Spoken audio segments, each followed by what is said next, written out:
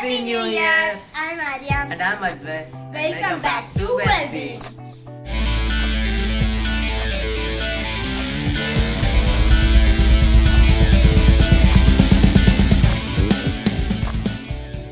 It is a popular tradition to choose a resolution, a goal to achieve on the new year. It can be the cultivation of a new habit or maybe getting rid of an old one. After all, it is a new year. A clean slate, a chance to do something different, a chance to be a person we always wanted to be. But do you know that according to Forbes, of all the people who took up resolutions, only 8% of them have achieved their new year goals. So stay tuned till the end of the video because we are going to give you some tips that ensure that you are a part of that 8%. Excited? I am. So let's get started. Now, let me start by telling you there are no shortcuts. Disappointing, I know. But you have to work hard to reach your goals. We all falter at some point. Maybe after a few days, maybe after a few weeks, or sometimes even a month or more.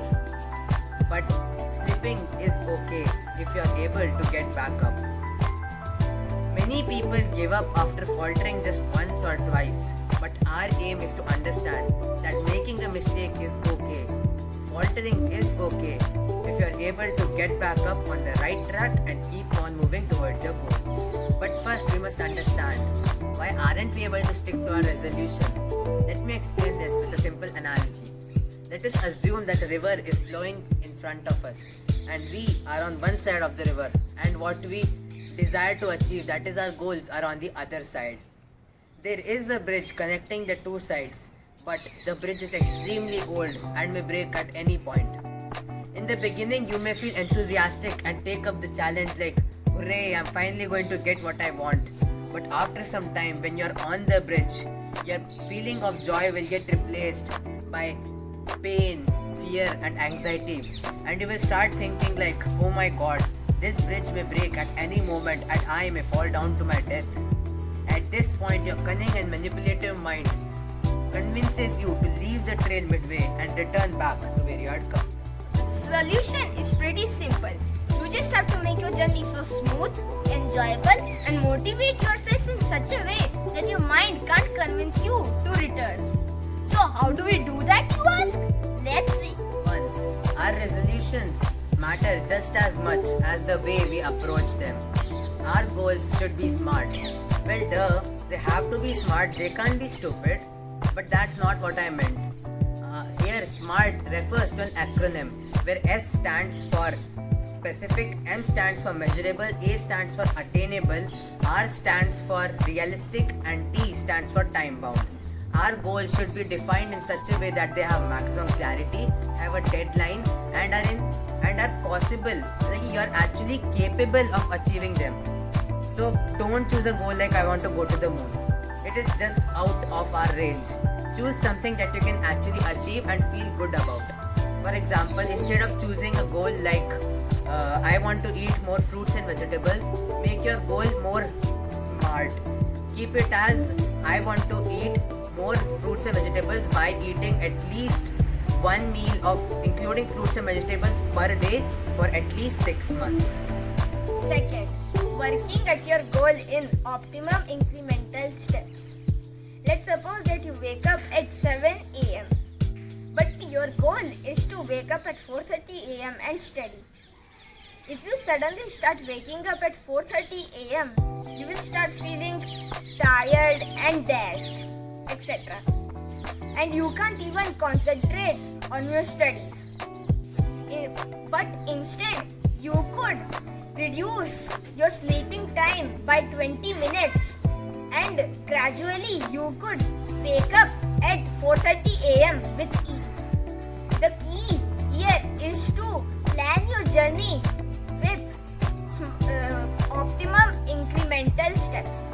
Third, keeping the right mindset while moving towards your goals can help you go a long way. But of course, we've heard this before.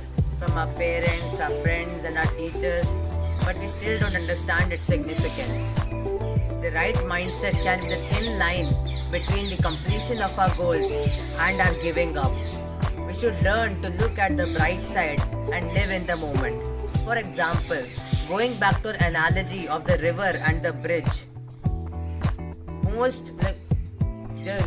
main reason you returned back was because of your wrong thought process.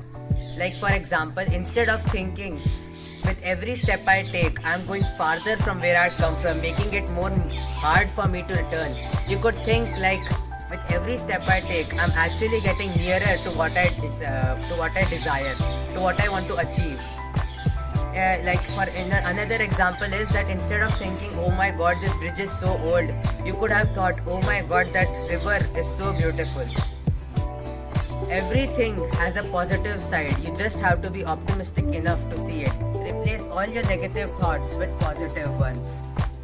These small mental positive changes can help you go a long way. Fourth, motivation. You must have heard that motivation is finite or limited, but that is only partially true.